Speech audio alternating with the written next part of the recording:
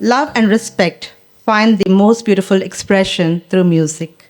To honor our beloved Madam, Srimati U. Arogyamma, and to celebrate the values she embodied, the school choir will now present a song of tribute, highlighting the unconditional and selfless love of a mother.